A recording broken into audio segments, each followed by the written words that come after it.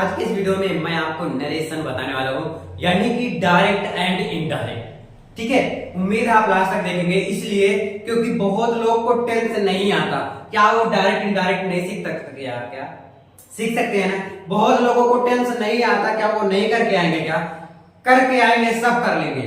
जिनको टेंस नहीं आता वो आज ये वीडियो देख लेंगे, बिना टेंस का नरेशन करेंगे, बिना टेंस का वो करेंगे ये डायरेक्ट इनडायरेक्ट चेंज करने वाला। चाहे तो आप किसी भी क्लास में हो, चाहे आप 10th में हो, 11th में हो, 12th में हो, या किसी भी चीज का प्रिपरेशन कर रहे हो, ये आज आपके लिए काम आने वाला है। चाहे आप 8th में हो क्यों ना हो, ठीक है। लेकिन कुछ चीजें आपको याद करनी पड़ेगी। वो कुछ ये है कि क्या होता है। देखो, अगर आपको टेंस नहीं पता तो ये चीज याद करना पड़ेगा, अगर पता भी है तब भी याद करना पड़ेगा।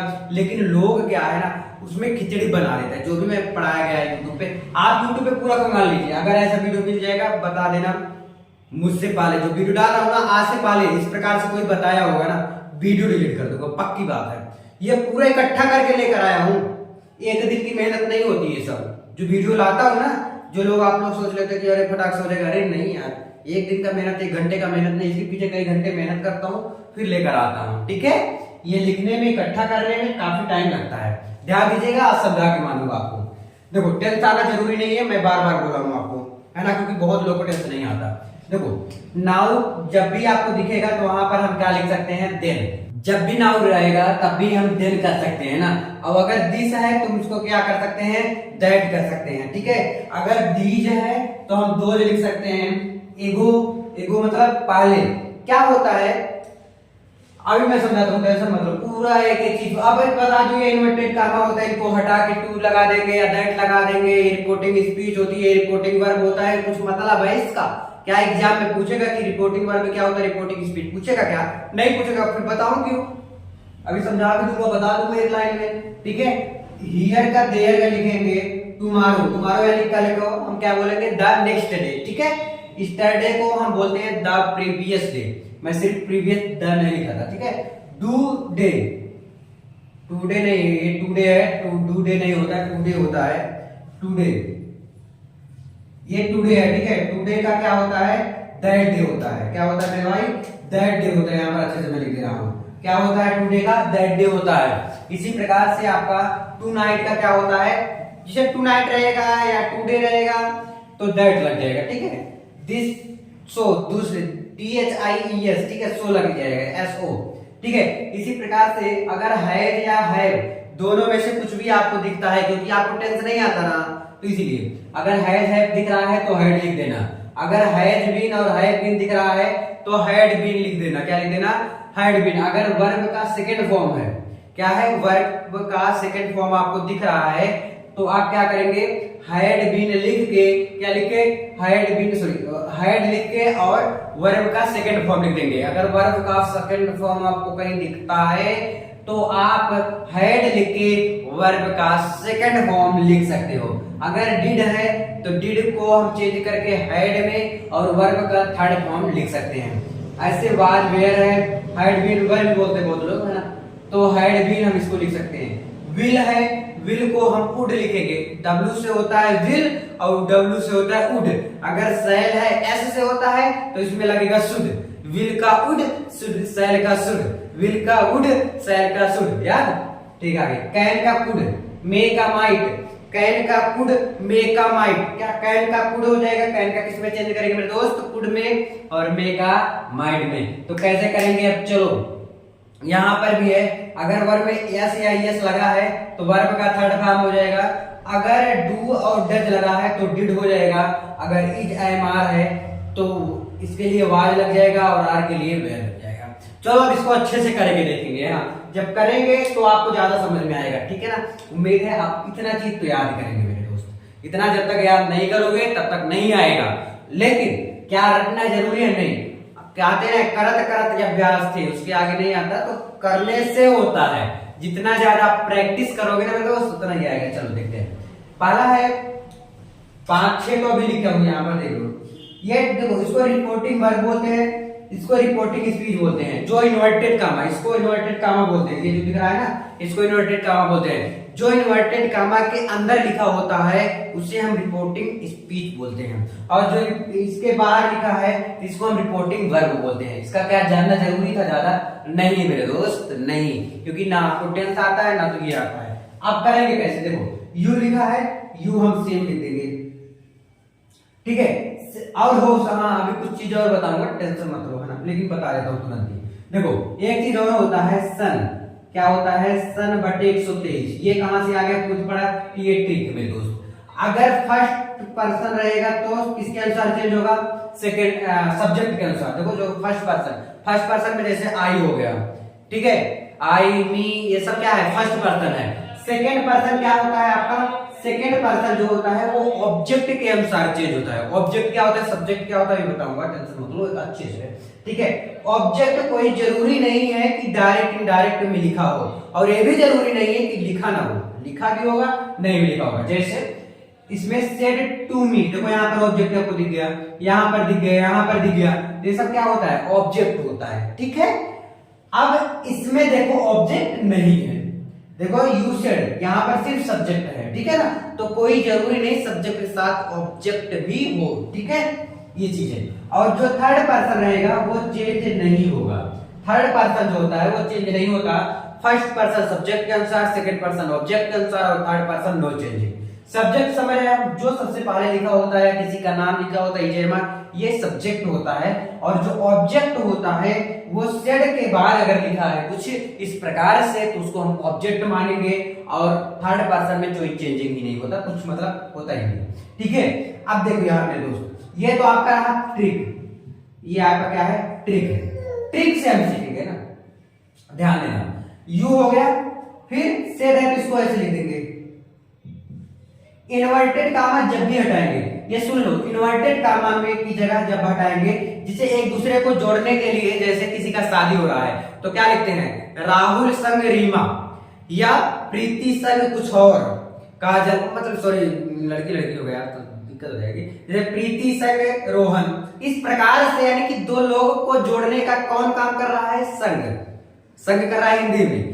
अगर मैं कहूं कि अगर इंग्लिश में बताओ दो लोगों को जोड़ने का काम कर रहा है तो एंड करता है, जैसे और वो, ठीक है, मैं और वो, मैं और मेरा दोस्त, जैसे मैं और मेरा दोस्त, और क्या कर रहा है? दोनों को जोड़ रहा है। वैसे डायरेक्ट इनडायरेक्ट में इन्वर्टेड कामा की जगह पर जोड़ने का काम क्या करता है? दैट, क्या करता है? दैट, ठीक है। मैं भी समझाया था कि सब्जेक्ट क्या, फर्स्ट पर्सन क्या? आई होता है, आई क्या होता है? First person. फर्स्ट पर्सन किसके अनुसार चेंज होगा? सब्जेक्ट, तो ये जो होगा इसके अनुसार चेंज होगा, यू के अनुसार, तो यू का यू ही रहेगा, यू हो जाएगा, ठीक है।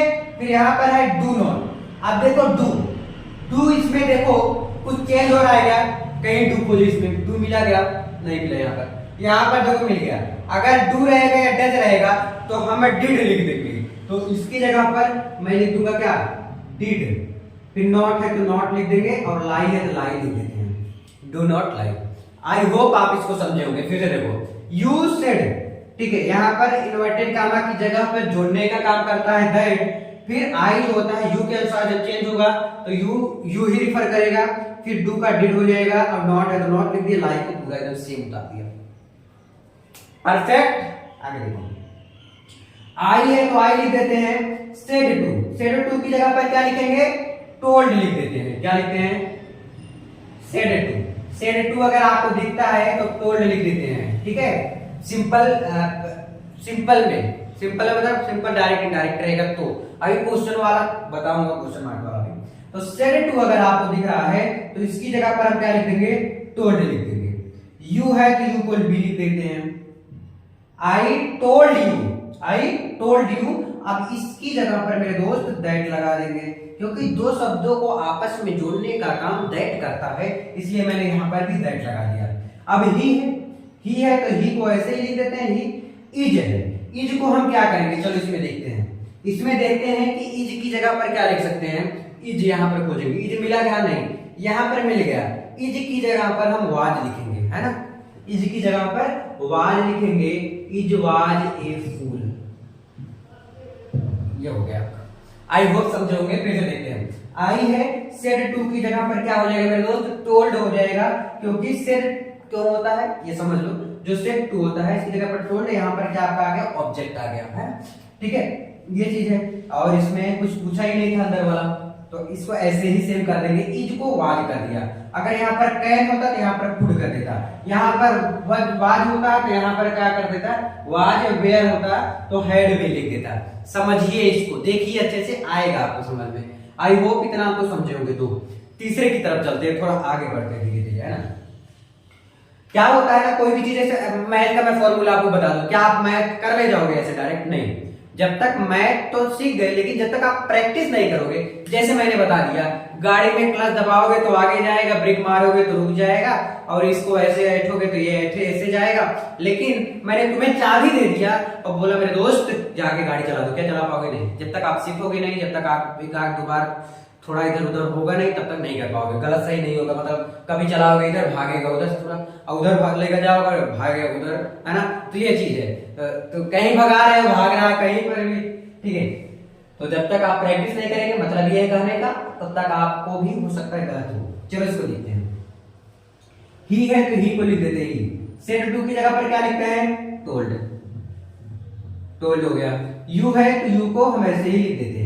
दो शब्दों को जोड़ने का काम कौन करता है? दैट करता है। अब यू है, यू कौन सा फॉर्म होता है? सेकेंड फॉर्म होता है।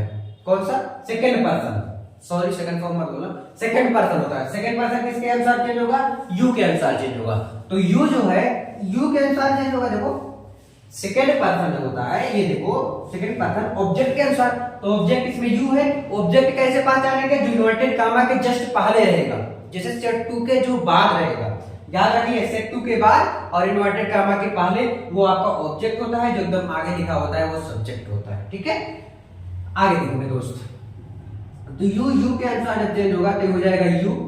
आर है, अब आर का क्या होगा? चलो इसमें देखते हैं, आर का कुछ चेंज होगा क्या? आर का कुछ ना कुछ तो चेंज होना चाहिए। देखो यहाँ पर है इज एम आर, आर का होता है वेयर, तो यहाँ पर लिख देते हैं वेयर। फिट है तो फिट लिख देते हैं। आई होप कि दिख रहा होगा यहाँ तक आपको। वैसे वाज, देखो ये चीज अगर आप याद कर लिए ना, सब कुछ कर ले जाओगे, सब कुछ, है ना। चलो ये इनडायरेक्ट स्पीच है, मैं ऐसे लिख दे रहा हूं। देखो द डॉग, सेड टू की जगह पर क्या लिख देंगे मेरे दोस्त? टोल्ड लिख देंगे। फिर द वाल्व, जोड़ने के लिए एक दूसरे को क्या करते हैं? दैट का यूज करते हैं। किसका यूज करते हैं? दैट का यूज करते हैं। देखो आई मी माई, आई मी माई, यानी कौन सा पर्सन को? First person. आई में जितने भी आते हैं ना वो फर्स्ट पर्सन, चाहे आई मी माई ये सब फर्स्ट पर्सन है। फर्स्ट पर्सन यानी फर्स्ट पर्सन है, फर्स्ट पर्सन सब्जेक्ट के अनुसार, यानी माई है तो द के अनुसार चेंज होगा, तो यहां पर क्या हो जाएगा? हिज हो जाएगा, ठीक है। यहां पर क्या हो जाएगा? देखो ये जो माई है ये किसके अनुसार चेंज हुआ मेरे दोस्त? मेरे दोस्त चेंज हो गया, ये देखो ध्यान से, इसके अनुसार दा के, तो हिज हो जाएगा। उसके बाद जो भी लिखा रहेगा सेम उतार दो उसको ऐसे, मास्टर इशू जो भी है सारा ऐसे ही ऐसे छाप लो, ठीक है। नेक्स्ट आपका इनडायरेक्ट स्पीच, इसको देखो कैसे चेंज करते हैं। उम्मीद है आपको समझ में आ रहा होगा। कोई भी अगर डाउट होता है ना तो प्लीज यार कमेंट कर दीजिए ना, कमेंट तो खुला है। इनडायरेक्ट स्पीच में इसको चेंज करो, ही है तो लिख दो। सेड टू, सेड टू की जगह पर क्या लिखेंगे? टोल्ड। मी लिख दो, ठीक है। इन्वर्टेड कामा हटाएंगे तो क्या लग जाएगा? यहाँ पर दैट लग जाएगा, ठीक है। अब देखो यहाँ पर भी माई है, तो माई किसके अनुसार चेंज होगा? ही के अनुसार चेंज होगा। अब ही के अनुसार चेंज होगा, यानी माई कौन सा पर्सन है? First person. फर्स्ट पर्सन किसके अनुसार चेंज होता है? सब्जेक्ट के। तो मेरा सब्जेक्ट क्या है? ही है, तो यहाँ पर हो जाएगा हिज। क्या हो जाएगा? हिज हो जाएगा, है ना। अगर आई होता है यहाँ पर, तब यहाँ पर क्या होता है? ही होता है, ठीक है। अभी पीछे है, देखो आई वाला भी ले लिया हूँ, इसलिए हिज फादर। आपको शायद यहाँ पर दिख रहा होगा मे है, मे कैन टुमारो, यहाँ पे अगर नहीं दिख रहा है दोस्तों तो टुमारो लिखा हुआ है, तो ध्यान दीजिएगा। फादर मे का क्या होता है? देखो मे का होता है माइट, यहाँ हो जाएगा माइट। माइट हो गया। माइट कम टू, कम लिखो कम। अगर नहीं दिख रहा है तो मैं पढ़ के सुना दे रहा हूं। माई फादर में कम टुमारो, टुमारो एक साथ है टुमारो, ठीक है। क्या? माई फादर में कम टुमारो, ठीक है। तो देखो देखो माई को मैंने चेंज किया, फादर को फादर ही रहेगा, मे का माइट होता है, देख लो इधर जो इधर लिखा है ना उसी को सिर्फ चेंज करना है, और बाकी जो भी चीज रहेगा सेम उसको ऐसे लिख देना है। ठीक है, टुमारो को क्या होता है, देखो यहाँ पर टुमारो टुमारो टुमारो यहाँ पर द नेक्स्ट डे होता है, क्या होता है, द नेक्स्ट डे, क्या होता है, द नेक्स्ट डे होता है। टुमारो को हम क्या लिख सकते हैं, द नेक्स्ट डे होता है। ठीक है, आगे देखो, he said to me, फिर इन्वर्टेड कामा के अंदर I do not like these girl, तो he said to की जगह पर क्या हो जाएगा, told हो जाएगा। said to की जगह पर क्या होता है मेरे दोस्त, told हो जाएगा। मी है तो मी को ऐसे ही उतार देंगे, यहाँ पर क्या लग जाएगा, that लग जाएगा, क्या लग जाएगा, that लग जाएगा। ठीक है, फिर I है, अब I किसके अनुसार चेंज होगा, सब्जेक्ट के अनुसार, फर्स्ट पर्सन है तो सब्जेक्ट के अनुसार आई फर्स्ट पर्सन होता है, तो ये इसके अनुसार जब चेंज होगा तो ही की जगह पर हम क्या लिख देंगे, हिज लिख देंगे, क्या लिख देंगे, हिज, हिज हो गया। ठीक है, समझिए, ना ना ना ना ना ना ना, ही का तो ही होगा, आई का ही के अनुसार चेंज होगा तो ही होगा मेरे दोस्त। आई जब भी ही के अनुसार, क्योंकि आई मीम आई होता है, आई पहले आ गया और ही का भी पहला ही होता है, इसलिए मैंने ही कर दिया। यहाँ पर आई मीम माई लास्ट में, तो ऐसे ही हिज हो गया है ना, ही हिम ही। ठीक है, ये हो गया। इसलिए डू नॉट, डू को जगह पर हम कुछ और लिखते हैं, देखो यहाँ पर डू की जगह पर हम डिड लिख सकते हैं, तो यहाँ पर हो जाएगा डिड, समझिएगा ध्यान से, डिड नॉट लाइक, यहाँ पर है दीज, दीज की जगह पर भी कुछ और लिखेंगे, क्या हो जाएगा दीज की जगह पर, दीज की जगह पर मेरे दोस्त क्या हो जाएगा, यहाँ पर देखो दीज की जगह पर दो होता है, तो मुझे पता है, लेकिन लिखा कहां पर है ये जरूरी यहाँ पर जानना। दीज यहाँ पर लिखा हुआ, देखो ध्यान से दिख रहा होगा ना, दीज की जगह पर दो यहाँ लिख देंगे, दो गर्ल, ये जो गर्ल्स है ऐसे सेम उतार देंगे। आई होप ये समझ, आई होप आपको ये समझ में जरूर आ गया होगा। तो ये पार्ट 1 रख रहा हूं मैं वैसे, है ना। पार्ट 2 में आपको सिर्फ प्रश्नवाचक वाक्य जो रहेगा उसका लेकर आऊंगा, ये तो पार्ट 1 था, तो पार्ट 2 का आप लोग वेट करिए। उम्मीद है आपको समझ में जरूर आया होगा। तो आज के लिए बस इतना ही रखता हूँ, मिलते हैं वीडियो में। प्लीज आप लोग भी कमेंट करके बताना कि कैसा लगा, अच्छा लगा, क्या लगा, इसको याद कर लेना है ना। चलो, थैंक यू सो मच।